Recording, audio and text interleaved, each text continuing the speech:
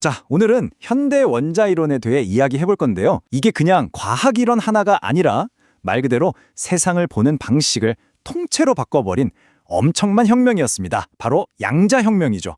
같이 한번 들어가 보실까요? 이 모든 거대한 이야기, 그 시작은 정말 사소한 질문 하나였어요. 뜨겁게 달군 쇠붙이는 왜 저런 빛을 낼까? 아니 이게 어떻게 우리가 알던 현실의 법칙을 완전히 뒤집어 엎는 거대한 미스테리가 됐을까요? 참 신기하죠? 자, 그럼 이 미스터리를 파헤치려면 시간을 좀 거슬러 올라가야 합니다. 19세기 과학자들이 세상을 어떻게 봤는지부터 시작해야 하거든요. 당시엔 모두가 이게 바로 정답이다 라고 믿었던, 하지만 사실은 치명적인 균열을 품고 있었던 그런 세계관이 있었습니다. 그때는요, 세상이 정말 깔끔하고 명쾌했어요. 물질은 물질, 에너지는 에너지, 딱 나뉘어 있었죠. 물질은 뭐냐? 야구공처럼 질량이 있고 여기 하고 위치를 딱 짚을 수 있는 입자. 그리고 에너지는 빛이나 파도처럼 질량도 없고 어디 한 군데 머무르지 않는 파동. 이 둘은 절대 섞일 수 없는 완전히 다른 존재라고 다들 믿어 의심치 않았습니다. 정말 단순하고 아름다운 세계였죠. 그런데 말이죠. 바로 여기서 문제가 터집니다. 과학자들이 뜨겁게 달군 물체에서 나오는 빛을 연구하기 시작한 거예요. 기존 이론, 그러니까 빛은 파동이라는 생각대로라면요. 물체가 뜨거워질수록 어마어마한 양의 자외선을 뿜어내야 했어요. 거의 재앙 수준으로요. 근데 실제로는 전혀 그렇지 않았거든요.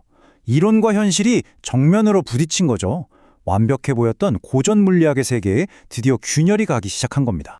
그리고 이 거대한 균열을 메우기 위해 정말 당시로서는 상상도 할 수 없었던 모든 상식을 뒤엎는 혁명적인 아이디어가 등장하게 됩니다. 그게 바로 양자, 퀀텀이라는 개념이에요. 이게 뭐냐면요. 쉽게 말해서 에너지는 스르륵 이어지는 경사로 같은 게 아니라는 거예요. 대신에 뚝뚝 끊어진 계단 같다는 거죠.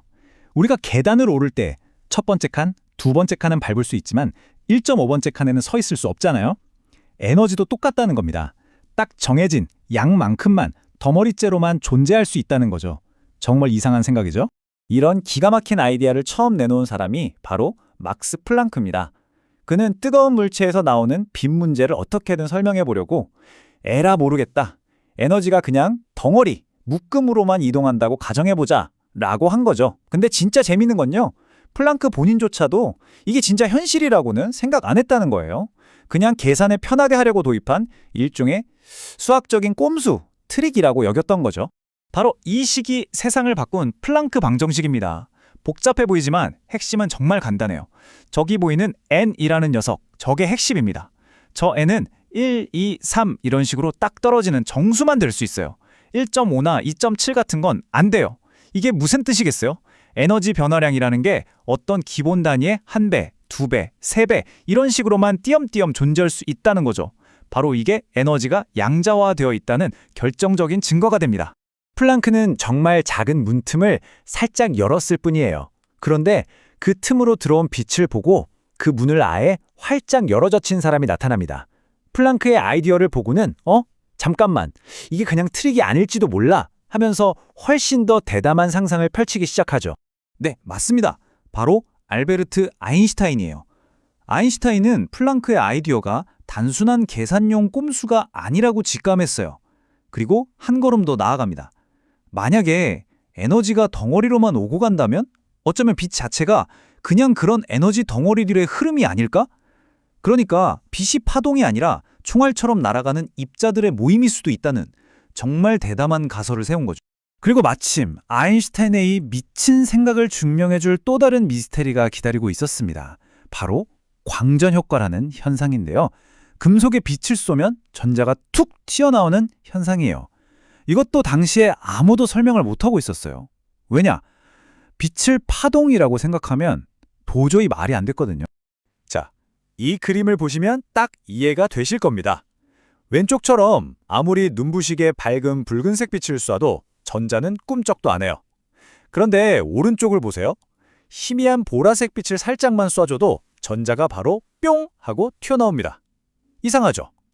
여기서 중요한 건 빛의 밝기가 아니었던 거예요. 바로 빛의 색깔, 즉 진동수였던 겁니다. 아인슈타인이 이걸 아주 기가 막히게 설명해냅니다. 빛은 파동이 아니라 광자라는 에너지 알갱이다. 이렇게 말이죠. 이 식을 보면 광자라는 총알 하나가 가진 에너지가요. 일부는 전자를 금속에서 뻥 차내는 데 쓰이고 남은 에너지는 그대로 튀어나온 전자의 스피드가 되는 겁니다. 1대1 당구 게임 같은 거죠. 이건 뭐 빛이 입자라는 빼도 박도 못하는 증거였습니다. 자, 이제 무대가 바뀌었습니다. 에너지도 덩어리, 빛도 덩어리, 이 양자화라는 새로운 규칙이 세워진 거죠. 이제 과학자들은 이 강력한 새 무기를 들고 다음 목표물로 향합니다. 바로 원자 그 자체죠. 그 첫 번째 도전자가 바로 닐스 보어였습니다. 보어는 이 새로운 양자 규칙을 원자 모형에 적용해 봤어요. 전자도 아무데나 막 돌아다니는 게 아니라 딱 정해진 에너지 레벨을 가진 특정 궤도에만 있을 수 있다라고 주장한 거죠. 그리고 결과는 대성공이었습니다. 특히 수소 원자가 내뿜는 빛의 스펙트럼을 소름 돋을 정도로 정확하게 예측해냈거든요. 정말 엄청난 진전이었죠. 하지만 보어의 모델도 완벽하진 않았어요. 아니, 그래서 왜 전자가 하필 그 궤도에만 있어야 하는지라는 근본적인 질문에는 답을 못했거든요. 게다가 딱 수소 원자까지만 맞고 다른 원자에는 전혀 적용이 안 됐어요. 결정적으로 전자를 여전히 핵주위를 뱅글뱅글 도는 작은 구슬 정도로 생각했다는 한계가 있었죠. 아직 진짜 혁명은 오지 않았습니다. 자, 이제부터가 진짜입니다. 우리가 지금 알고 있는 현대물리학의 근간을 이루는 어쩌면 가장 기묘하고 또 가장 심오한 개념들을 마주할 시간입니다. 정리해볼까요? 지금까지 우리는 빛이 어떨 땐 파도처럼 퍼져나가고 어떨 땐 총알처럼 날아가는, 그러니까 파동과 입자의 성질을 둘 다 가진다는 걸 알게 됐습니다. 자, 여기서 이런 생각 한번 해볼 수 있지 않을까요? 그럼 반대는 안 돼? 프랑스의 젊은 물리학자 루이 드브로이가 바로 이 질문을 던집니다. 파동인 빛이 입자가 될 수 있다면 그럼 반대로 입자인 전자도 파동이 될 수 있는 거 아닐까? 잠깐만요. 이게 무슨 말이죠? 야구공 같은 전자가 물결처럼 퍼져나간다고요? 이건 정말 세상을 보는 관점 자체를 180도 뒤집어 엎는 그야말로 정신 나간 소리처럼 들렸을 겁니다. 그리고 이 기묘하고 이상한 양자 세계에 마지막 확인 사살이라는 개념이 등장합니다. 바로 하이젠베르크의 불확정성 원리. 이 원리가 등장하면서 모든 것을 예측할 수 있었던 시계처럼 딱딱 맞아떨어지는 우주라는 개념은 완전히 박살나고 맙니다. 이 수식이 담고 있는 의미는 정말 충격적입니다. 우리가 어떤 입자의 위치를 현미경으로 아주 정확하게 보려고 하면 할수록 그 입자가 어디로 튕겨나갈지는 더더욱 알 수 없게 된다는 거예요. 반대로 속도를 정확하게 재려고 하면 위치가 흐릿해지고요. 위치와 속도, 이 두 가지를 동시에 100% 정확하게 아는 건 그냥 우리가 기술이 부족해서가 아니라 이 우주 자체가 허락하지 않는다는 겁니다. 자, 그럼 이 모든 조각들을 합치면 어떤 그림이 나올까요? 결국 우리는 전자가 행성처럼 정해진 길을 따라 도는 궤도라는 깔끔한 그림을 버려야만 했습니다. 그 대신 우리는 뭘 얻었을까요? 전자가 어디쯤 있을지 그 확률만을 보여주는 오비탈이라는 뿌연 구름 같은 개념을 얻게 된 거죠. 전자는 여기에 있다가 아니라 전자는 아마 이 구름 어딘가에 있을걸 이라고 말할 수밖에 없게 된 겁니다. 모든 것이 정해져 있던 확실성의 세계에서 모든 것이 확률로 존재하는 불확실성의 세계로, 이것이 바로 양자혁명이 우리에게 가져다준 기묘하고도 아름다운 새로운 현실입니다.